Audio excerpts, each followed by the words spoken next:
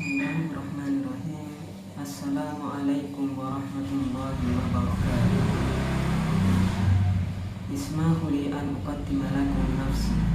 Ismi Fahmi Aditya Rizky Firmanda min Qismil Lughatil Arabiyyati wa Adabiha fi faslil awal alif fi kulliyatin usuliddin wa adabi wa ta'wati Sayyid Ali Rahmatullah Tulung Agung. Pada kesempatan kali ini saya akan menyampaikan sedikit poin-poin yang dapat saya tangkap dalam video ceramah yang telah dikirimkan oleh Ustadz Fotoni kepada teman-teman di WA grup kelas untuk penyelesaian tugas ujian akhir semester mata kuliah istimewa. Berikut poin-poin yang dapat sedikit saya tangkap dalam video tersebut. Mungkin yang pertama adalah tentang sifat-sifat orang mukmin yang tertera dalam Quran surat Al-Anfal ayat 2 sampai dengan 4. Sifat yang pertama adalah mereka akan bergetar hatinya ketika disebut nama Allah di sampingnya. Dalam Al-Quran, dalam tafsir Jalalain itu terdapat lafaz wajilat.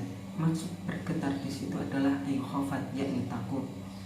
Sudah kita ketahui sendiri bahwa Al-Quran diturunkan oleh Allah Subhanahu wa Ta'ala tidak hanya sekedar sebagai kabar gembira, namun juga sebagai ancaman.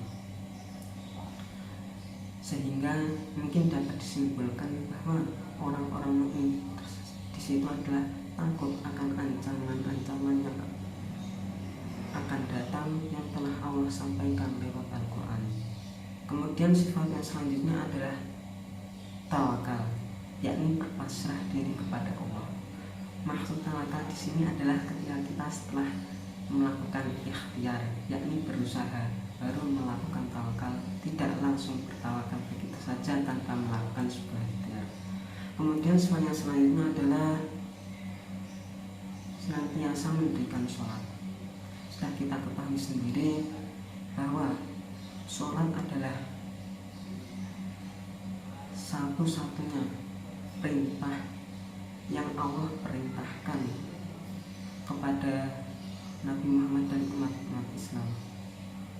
Perintah sholat sendiri langsung Allah perintahkan kepada Nabi Muhammad tanpa melalui perantara siapapun, yaitu bertepatan ketika peristiwa Isra Mi'raj Nabi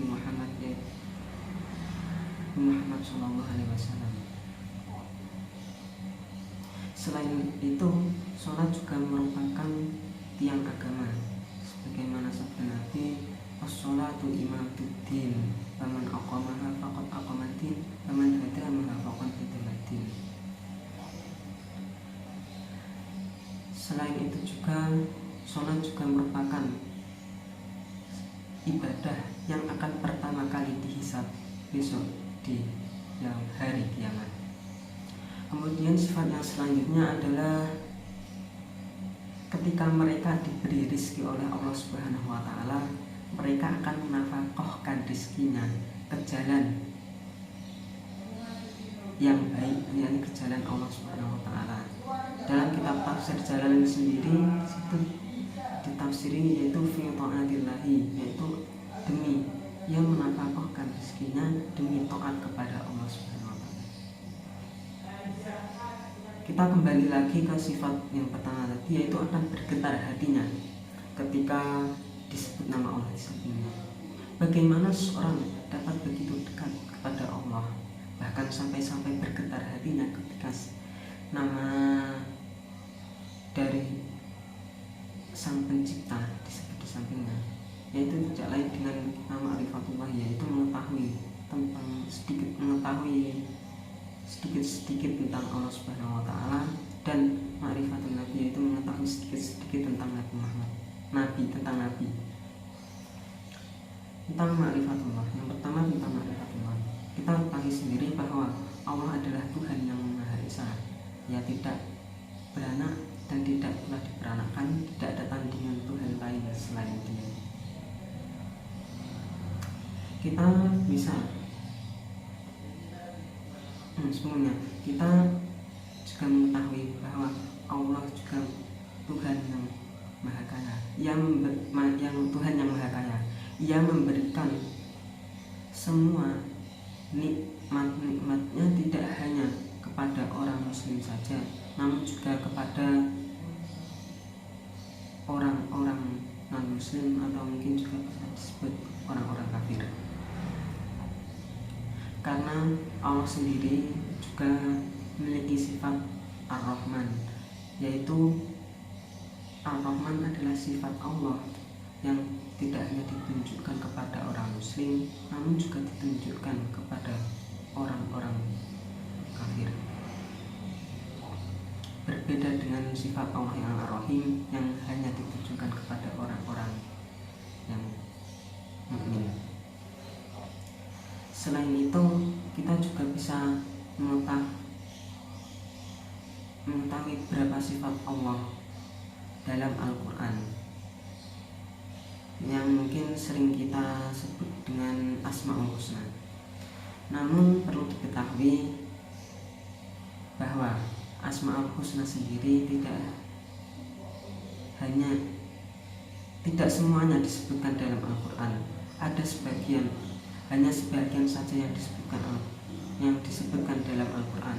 Mungkin sekitar 96 nama-nama Allah yang disebutkan dalam Al-Quran, dan sisanya yang 3 disebutkan dalam hadis Nabi Muhammad SAW.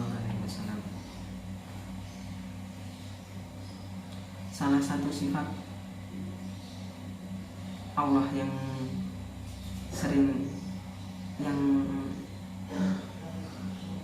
paling kita kenal adalah mungkin Allah sebagai pencipta, yaitu Allah menciptakan semuanya yang ada di dunia ini. Allah bahkan dalam Quran Al-Fusilat di situ diterangkan bahwa Allah menciptakan dunia dan isinya dalam waktu 6 hari, dengan pembagian 2 hari menciptakan bumi, 2 hari menciptakan langit, dan 2 hari sebagai penyempurnanya. Kemudian tadi membicarakan tentang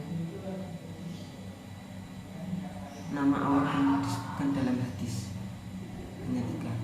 Membicarakan tentang hadis tersebut kurang afdal rasanya ketika kita tidak membicarakan siapa yang mengucapkan hadis tersebut, yaitu Nabi.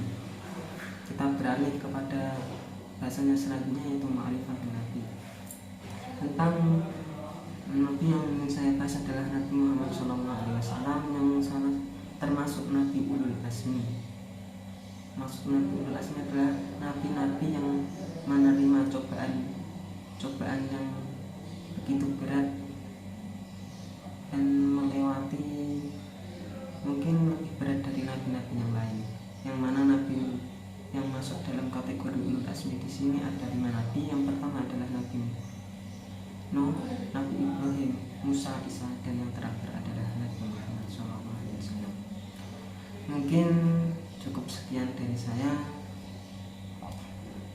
Kurang lebihnya saya mohon maaf yang sebesar-besarnya.